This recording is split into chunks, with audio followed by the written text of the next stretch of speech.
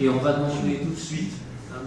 Alain Leroux, qui est donc le premier avocat général à la Cour de cassation, de nous faire de son expérience avec comme sujet mise en jeu de la responsabilité chirurgicale pénale. Quelle indemnisation? Merci infiniment, messieurs les présidents. Merci, mesdames et messieurs, de me donner la parole. Je suis très impressionné de parler devant une assemblée aussi savante. Et alors, parler après un avocat, ça va être très difficile, parce que lui, c'est l'homme de la parole, je suis plutôt l'homme de l'équipe. Bon, on va tâcher de faire pour le mieux. Je voudrais resituer un peu la question dans une perspective historique, si vous voulez. On vit une période, depuis quelques dizaines d'années, qui vit dans tous les domaines, que ce soit le domaine médical, mais tous les autres domaines, un domaine de l'élargissement du droit. Le droit s'insinue dans tous les secteurs de l'activité et il s'insinue également au sein des rapports de personnes, on pourrait même dire jusque dans le lit du couple. Voilà. Et par ailleurs, on voit la médecine qui étend, comment dirais-je, ses limites. La médecine est utilisée bien au-delà des limites thérapeutiques dans le but de réglementer des domaines dans lesquels elle n'est pas l'enjeu premier de la question. Par exemple, la santé dans la relation du travail, la santé dans les politiques publiques, dans le tabac, dans l'alcool, la conduite automobile, dans l'environnement, toutes les normes juridiques qui sont basées sur des études scientifiques ou médicales, ou même dans les contrats, dans l'assurance. On a recours à des examens médicaux qui sont à la limite de l'expertise pour décrocher des contrats d'assurance. Et d'un autre côté, ce qui vient compliquer les choses, c'est que les individus, les particuliers, le patient, par exemple, que les médecins examinent, il perd son état malade pour obtenir un statut. Qu'est-ce que c'est qu'un statut? C'est quelque chose qui permet de bénéficier de droits. Alors, depuis la loi du 4 mars 2002 qui a été évoquée, le patient devient un usager du système de santé. Qu'est-ce que ça veut dire? Ça veut dire qu'il n'est pas là en demandant au médecin seulement de le soigner, en disant attention, j'ai des droits, et si vous ne me soignez pas correctement, je mettrai ces droits en œuvre. Et lorsque le patient part avec son ordonnance, sa prescription médicamenteuse, il devient effectivement un consommateur de produits de santé comme un consommateur de produits courants. On a connu en général les victimes d'effets secondaires indésirables dans l'affaire du Mediator, qui ont perdu leur état de victime pour obtenir un statut de requérant. Bon. Ce sont des droits nouveaux qui sont mis en œuvre de manière croissante et qui entraînent les professionnels de santé dans une relation juridique et éventuellement pénale qu'on a évoquée. Alors, comment ça s'est fait? Ça s'est fait progressivement. Au XIXe siècle, il y a eu différentes avancées. Et dans la période un peu avant la période contemporaine, je voudrais rappeler deux grands arrêts qui ont structuré le droit médical tel qu'il se trouve aujourd'hui. C'est l'arrêt Mercier de 1936, qui a permis à la Cour de cassation d'établir un certain nombre de principes. Qu'est-ce que c'était l'arrêt Mercier? Il s'agissait d'un traitement radiologique qui avait entraîné une radiodermite des muqueuses de la face, et la patiente avait attaqué son médecin dommage d'intérêt. Et donc, qu'est-ce qui a été décidé à l'occasion de cette affaire? C'est que la relation entre le médecin et le patient est par nature une relation contractuelle, c'est-à-dire civile, et non pénale. C'est ce qui avait été décidé en 1936 dans cet arrêt Mercier. Quelles sont les conséquences de ce principe? C'est qu'il tenait compte de l'évolution des techniques et pratiques médicales et de l'aléa qui est inhérent à la nature humaine et qui n'impose pas aux médecins une obligation de résultat, mais une obligation de guérison, mais une obligation de moyens, c'est-à-dire de pratiquer des soins qui sont conformes aux données acquises de la science. C'est une obligation de moyens. Cela signifie que pourvu qu'il soigne ensuite les données acquises de la science, qui est l'expression qui est employée par la Cour de cassation, ou les connaissances médicales avérées, qui est l'expression du Code de la santé publique, on ne peut pas lui reprocher de savoir guérir. Ensuite, s'est développée une nouvelle forme de responsabilité du médecin, qui a relevé d'une obligation de résultat et non pas d'une obligation de moyens. C'est l'obligation en matière de sécurité audit des matériels et des produits qu'il utilise. En effet, le chirurgien doit répondre des appareils, des produits, des instruments qu'il utilise par une obligation de résultat, c'est-à-dire que le matériel qu'il utilise, il répond de l'absence de défaut. Et il y a une affaire jugée en 2007 par la Cour de cassation qui le rappelle d'une manière à contrario, en exonérant le chirurgien, c'est la fameuse affaire des gants en latex. Les patients avaient fait une réaction allergique grave à la suite du simple contact avec le latex des gants, et elle avait attaqué le chirurgien. Mais après qu'il lui ait été constaté par les expertises que les gants étaient en parfait état, le médecin, le chirurgien, a été mis hors de cause. Ce qui signifie à contrario que si les gants avaient été défectueux, la responsabilité du chirurgien avait été retenue. Voilà l'évolution sur ce point. Alors l'autre arrêt important, c'est l'arrêt Tessier, qui date de 1942. Ce sont des arrêts un peu anciens, mais tout le droit moderne s'est fondé dessus. C'est l'obligation du consentement. Ça a été évoqué tout à l'heure. L'obligation pour le praticien de recueillir le consentement du patient, et ceci s'est développé récemment. Qu'est-ce que c'était l'arrêt Tessier de 1942? C'était le cas d'un automobiliste qui, à la suite d'un accident, s'était fracturé humérus, radius et cubitus. Le chirurgien avait procédé à l'ostéosynthèse, et 3 mois plus tard, il y a eu une gangrène gazeuse et il a amputé l'avant-bras. Bon, le patient a attaqué en dommage d'intérêt et il a reproché aussi au chirurgien de ne pas l'avoir informé qu'il aurait pu être traité par un appareillage platé. Et c'est sur cette base que l'arrêt a posé ce double principe, qui est celui de l'appréciation souveraine du chirurgien de l'utilité et de la nature des risques du geste qu'il envisage, mais que, sauf cas de force majeure, sauf cas d'inconscience du patient ou d'incapacité à comprendre totalement les choses, il obtienne préalablement le consentement du malade.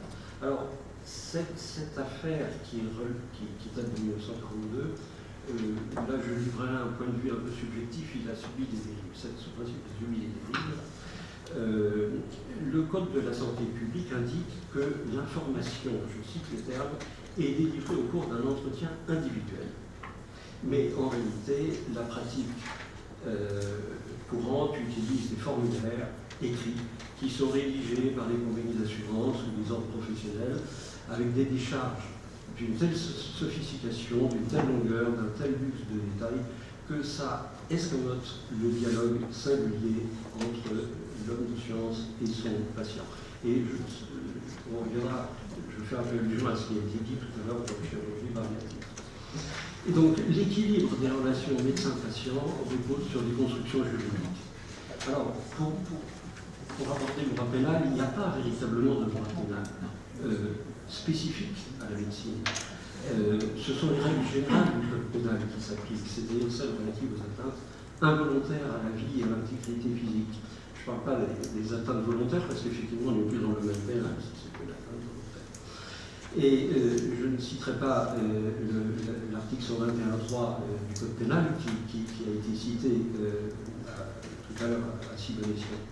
Donc le chirurgien est autorisé par sa mission à porter atteinte à l'intégrité corporelle, puisqu'il prend en charge le corps, mais dans un but thérapeutique. Et pour enlever du champ pénal, il faut plus qu'une erreur. Il faut que cette erreur constitue une faute, comme cela a été dit. On peut citer des cas, l'exemple du choix d'un traitement obsolète, l'absence grave de surveillance, qui a été cité tout à l'heure par vos confrères, le choix d'une voie opératoire dangereuse ou inadaptée, l'erreur de diagnostic qui normalement ne permet pas d'engager la responsabilité du médecin, peut parfois l'entraîner si elle est directement à l'origine du décès de la victime. Par exemple, lorsque le médecin régulateur du SAMU, c'est un cas particulier, procède à un interrogatoire incomplet et envoie sur place un médecin généraliste alors qu'il aurait dû envoyer une ambulance. Ou encore lorsque l'endocrinologue ordonne des examens sanguins sans en signaler l'urgence alors qu'il a affaire à une patiente évoluant vers un coma diabétique. Voilà des cas de responsabilité du pénal. Alors, on a parlé tout à l'heure, donc je passerai sur cette question, sur le lien de causalité. Je soulignerai tout simplement que ce lien de causalité doit être direct, certain, et que son appréciation, donc, je renvoie à la question de l'expert, nécessite un examen concret des circonstances il n'y a pas une discussion de principe dans un examen concret des circonstances. Alors il y a deux cas que je voudrais évoquer, c'est la chirurgie robotique. Alors en effet, comme elle est de plus en plus fréquemment utilisée, comment distinguer s'il y a un lien direct du dommage entre le chirurgien et le patient, puisqu'il y a un tiers machine qui s'est interposé entre les deux. Alors il s'agit, il faut à ce moment-là faire un distinguo. S'il s'agit d'une insuffisance de formation du manipulateur ou d'une défaillance dans l'utilisation du robot, le chirurgien sera tenu pour responsable. En revanche, s'il s'agit d'une défaillance du robot, de conception, de programmation, la responsabilité du fabricant ou du programmateur pourra être retenue. Et je crois que l'Académie de chirurgie s'est intéressée à la question et vous avez même pris des recommandations souhaitant que la formation relève essentiellement de l'université et non pas du fabricant de robots, si j'ai compris. Alors, d'ailleurs, on peut également imaginer une action contre l'hôpital où on va autoriser un chirurgien à utiliser un robot alors que cette formation était insuffisante. Il y a un autre cas, c'est celui de l'équipe médicale. Je vous rappellerai le principe du droit pénal sur lequel la responsabilité ne peut être que personnelle. Alors je citerai un cas qui a été jugé il y a quelques années. Il s'agissait d'une patiente qui était décédée d'une hémorragie interne du fait d'une incision sous-ombilicale trop profonde de l'aorte qui avait été pratiquée par un interne sous la surveillance d'un gynécologue. Alors, à la suite de la procédure devant le juge, la responsabilité de l'interne a été retenue et non celle du chirurgien, puisque c'était lui, l'interne, qui avait pratiqué l'acte. Et la Cour de cassation avait revu cette affaire en partageant la responsabilité et en retenant à la fois, pour partie, la responsabilité de l'interne du fait de son geste et celle du chirurgien du fait de son défaut de surveillance. Alors, en dehors de la responsabilité pénale, la jurisprudence comme le législateur donc, ont institué différents régimes de responsabilité. Alors tout à l'heure, ça a été rappelé, la loi du 4 mars 2002 a créé le NIAM et donc les CCI. Donc je passerai sur cette question que vous connaissez très bien. Je rappellerai simplement que pour être justiciable de l'indemnisation, il faut que l'atteinte permanente à l'intégrité physique ou psychique soit supérieure à 24%. Et l'aléa thérapeutique, comme ça a été dit tout à l'heure, n'est pas considéré comme fautif, sauf le cas que j'ai cité tout à l'heure. Alors, il faut préciser que ce lien de causalité entre le fait à l'origine du dommage et le dommage lui-même pose parfois des difficultés en raison de l'incertitude scientifique ou du caractère multifactoriel du dommage. Et ça a conduit à aménager les règles de preuve qui permettaient au juge d'entrer, de prononcer sa décision. Bon, il y a eu l'indemnisation des victimes sérielles, vous l'avez bien connu, c'est l'affaire du Mediator, mais auparavant, il y a eu la fameuse affaire des vaccinations contre l'hépatite B. Vous vous souvenez que Sanofi Pasteur avait été attaqué alors qu'aucune étude scientifique n'était en mesure d'incriminer le produit pour des effets scientifiques, mais il n'y avait pas non plus d'études scientifiques mettant le produit hors de cause. Et donc, devant l'impossibilité de dégager un lien de causalité classique, la Cour de cassation s'était fondée sur les présomptions. Pas n'importe quelle présomption, les présomptions graves, précises et concordantes. Et pour être court, je rappellerai quand même que si ces présomptions graves, précises et concordantes ont une part de subjectivité, elles reposent néanmoins sur un faisceau de critères qui, eux, sont parfaitement objectifs, c'est-à-dire la non-exclusion formelle du risque par les études scientifiques, la rapidité des réactions, l'absence d'antécédents dans la famille de la victime et qu'aucune autre cause explicative ne soit possible. Enfin, reste la question de la perte de chance qui combine certitude et incertitude. L'incertitude, c'est quoi? C'est que si la faute n'avait pas été commise, l'amélioration du patient était possible, mais elle n'était pas certaine.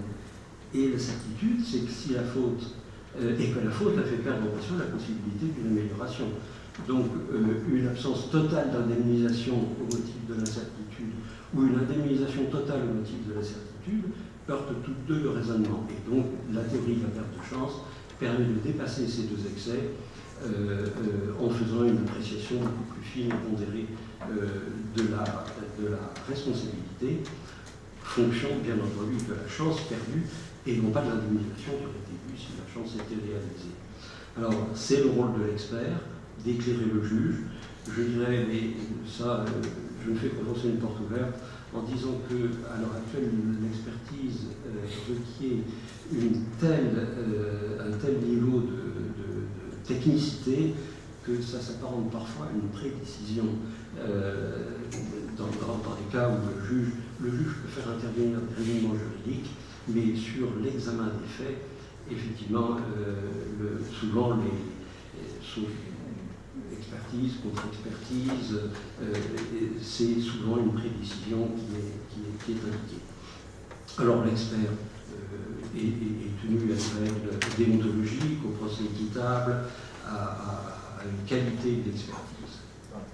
Donc on voit que, pour finir, le champ d'exercice de la médecine s'est étendu, en plus il s'est transformé, il est soumis à des missions d'éducation et de conseil au bien portant, les connaissances scientifiques évoluent avec la vitesse que vous savez, il y a maintenant l'éruption de l'intelligence artificielle, et puis des formes nouvelles d'exercice du métier, et tout ceci intervient dans un contexte social totalement différent, qui est le contexte social d'extension des droits subjectifs, c'est-à-dire des procès de faire valoir les droits de chacun. Ceci entraîne une mise en cause plus systématique des professionnels, et on peut discuter de l'opportunité de créer un droit pénal spécifique à la matière médicale. Pour ma part, je n'y suis pas très favorable, enfin c'est une question ouverte à la discussion, et je crois que nous n'avons pas intérêt à multiplier les régimes spéciaux, alors que le système qui existe à l'heure actuelle est un système qui me semble utile. Merci infiniment. Merci beaucoup. Monsieur Leroux ne parlez pas. Vous comprenez? Attendez, le magistrat et l'avocat, à la barre. À la barre. Vous allez répondre à des questions. Voilà. Alors, moi je voudrais revenir sur le problème du choix de l'expert. Tout à l'heure, on a discuté quand même du fait qu'il fallait que l'expert soit un vrai expert technique pour la chirurgie bariatrique. Je ne suis pas tout à fait de cet avis. Je me rappelle de certaines histoires de retard diagnostic pour une récidive d'un sarcome rétropéritonéal. On voulait un expert, un co-expert radiologue. Je pense que c'est une erreur de prendre le spécialiste du sarcome rétropéritonéal dans une affaire comme celle-ci, parce qu'on discute d'un praticien qui a éventuellement fait un retard diagnostic. Il ne faut pas que le jugement, pas le jugement, mais l'expertise soit faite obligatoirement par quelqu'un qui est le plus expert technique. Et puis l'expert technique ne sera pas un bon expert pour faire l'ensemble de l'expertise, parce qu'il y a un tas d'autres domaines à considérer dans une expertise que l'aspect purement technique. Est-ce qu'il y a d'autres questions sur l'expert? On va grouper les questions comme ça. Sur le même sujet, Maître Fombressin nous a ouvert une porte tout à l'heure, qui était de nous susurrer que nous pourrions demander un sacré-cœur dans la spécialité qui est la nôtre. Or, toutes les missions qui nous sont soumises précisent bien que l'expert aura la possibilité de nommer un sacré-cœur dans une spécialité autre que la sienne. Comment peut-on faire pour pallier cet inconvénient? Parce que ça répondrait à la question de Xavier Martin. On pourrait avoir le spécialiste du sarcome, mais aussi un autre spécialiste. Bon, est-ce qu'il y a d'autres questions sur l'expert, le choix de l'expert, la compétence de l'expert? Moi, est-ce que vous ne pensez pas qu'en dehors de la compétence, l'expert a une subjectivité? C'est la raison pour laquelle il ne faut plus avoir un expert domaine, mais il faut avoir toujours un collège d'experts. Et en le moment des collèges d'experts, ça permet de faire face à toutes ces questions. Si vous avez répondre. Non. Alors, oui, effectivement, le juge nomme l'expert en étant informé, parce que lorsque l'affaire arrive devant le tribunal, il y a eu déjà non pas des expertises, mais des analyses qui ont été faites par le médecin suppléant, et il sait quel est le domaine dans lequel il faut creuser. Maintenant, je pense qu'il faut aussi voir la responsabilité de l'expert. L'expert n'est pas, comment dirais-je, tenu d'obéir s'il voit que le juge qui, la science juridique n'est pas du tout la science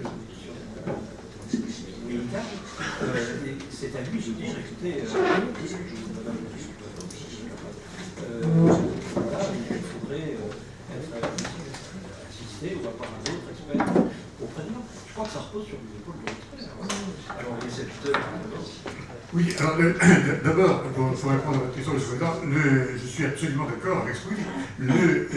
Le collège d'experts, c'est certainement la meilleure des formules, parce que c'est la meilleure des formules, et contrairement à ce que beaucoup pensent, ce n'est certainement pas la plus coûteuse, parce qu'il vaut mieux, dès le départ, avoir un collège d'experts et pouvoir trancher la question, plutôt que d'avoir des expertises, contre-expertises, des contestations du rapport ultérieurement devant la juridiction du fond, qui encombrent le rôle, et qui font qu'on va s'y retrouver X années après. Donc, par conséquent, c'est certainement la bonne formule. Alors, pour répondre à votre question, qui est une question très délicate, effectivement. Vous avez une fois raison. D'abord, tout à l'heure, j'ai parlé du sapiteur. Quand je parlais du sapiteur, je ne voulais pas en parler en matière pénale, car il n'y a pas de sapiteur en matière pénale. Mais en matière civile, vous savez que le sapiteur est effectivement, comme vous le dites, au terme des dispositions de l'article 278 du CPC, le technicien d'une spécialité distincte. Mais à l'intérieur de la nomenclature, nous n'avons pas, dans les nomenclatures qui ressort du décret de la chancellerie, il n'y a pas de sous-distinction par spécialité fine. Ce qui fait que vous pouvez très bien avoir un expert dans une spécialité qui effectivement vous semble être la bonne, qui semblera au magistrat être la bonne, et vous, praticien qui êtes parfaitement au fait de l'évolution de la technique, de l'évolution de la science, vous devez vous dire, moi je ne suis pas l'homme de l'art qui puis être compétent pour aller aussi loin, et j'ai besoin de m'adjoindre un sapiteur qui est l'homme de l'art dans une spécialité plus fine. Donc on n'est plus, si vous voulez, dans une perspective dans laquelle ce ne serait pas quelqu'un d'une autre spécialité, c'est effectivement quelqu'un d'une autre spécialité dans le cadre d'une spécialité plus large. Mais la bonne formule, c'est le collège d'experts, parce que le collège d'experts résout tout, ça résout le problème. Oui, alors, j'en tiens à ce collège d'experts. Je crois que là, on discute quand même. Il faut placer les choses, les expertises dans la vie. C'est-à-dire qu'il y a expertise et expertise. Il y a une expertise simple, pour faire tout simple, etc., qui a besoin d'un expert, plutôt compétent techniquement, etc. Dans le pénal. Dans le cadre du pénal. Dans le cadre du pénal, pour les groupes, ce qu'on appelle les gros dossiers, qui sont multifactoriels. C'est-à-dire que, premièrement, il y a une évaluation technique du dossier sur la qualité de l'art, etc. Deuxièmement, il y a une évaluation des conséquences de l'acte chirurgicales qui peuvent être complètement différentes de la chirurgie, de l'acte technique. On fait appel à un autre expert. Ça veut dire que dans la grande majorité des cas, et je pense par exemple aux saisines de la CCI, il y a un collège d'experts qui est désigné d'emblée pour cela, d'au moins en général 2 voire 3 experts. Enfin, c'est un petit peu mon habitude des choses. Donc je crois que là, dans ce cadre-là, il n'y a rien de nouveau et que les choses ont évolué plutôt dans le bon sens.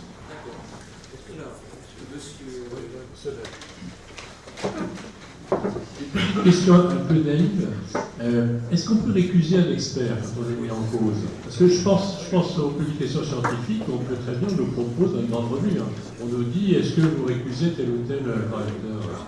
Alors, vous posez une question qui est la question de l'impartialité objective. Bon, vous savez qu'en matière de récusation, il y a 2 possibilités pour récuser un expert. Ce sont les mêmes possibilités que pour la récusation du juge. C'est exactement la même chose. Soit récusation au regard d'un manquement à l'impartialité subjective, c'est-à-dire parce que le juge ou l'expert a une animosité ou une amitié à l'égard de l'une des parties, soit le manquement à l'impartialité objective, qui est une notion beaucoup plus délicate, parce que vous pouvez être parfaitement objectif et n'avoir absolument aucune animosité ou amitié pour qui que ce soit, mais vous vous trouvez dans une situation dans laquelle vous avez une idée préconçue. Bon, vous pourrez avoir une idée préconçue.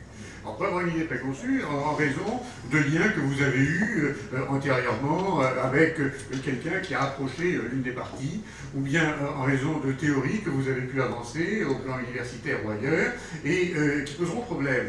Alors, dans un cas comme ça, ce qu'il faut, c'est ne pas laisser les choses s'envenimer. Je crois que si vous vous trouvez dans une situation de ce type, il faut dès le départ, dès la première réunion d'expertise, vous en ouvrez au parti. Écoutez, moi j'ai écrit dans tel et tel domaine où j'ai eu l'occasion de collaborer avec telle ou telle personne qui a émis telle ou telle opinion, et est-ce que ça vous pose problème que je demeure dans cette expertise? Si les partis disent qu'il n'y a absolument aucune difficulté, tout est tranché, c'est terminé. Mais ne laissez pas dégénérer les choses, parce que sinon vous allez vous trouver dans une situation dans laquelle, à terme, vous aurez travaillé, dans laquelle il y aura eu un certain nombre de réunions d'expertise, il y aura eu des francs engagés, et vous aurez une partie qui, d'ailleurs, peut-être légitimement, ou peut-être de mauvaise foi, ça dépend des cas, parfois ça arrive avec une parfaite mauvaise foi, généralement, quand c'est à la veille du dépôt du rapport, mais viendra dire, je vous récuse, parce que vous avez émis telle opinion antérieurement, qui fait que vous étiez pas là. Allez, c'est une chose.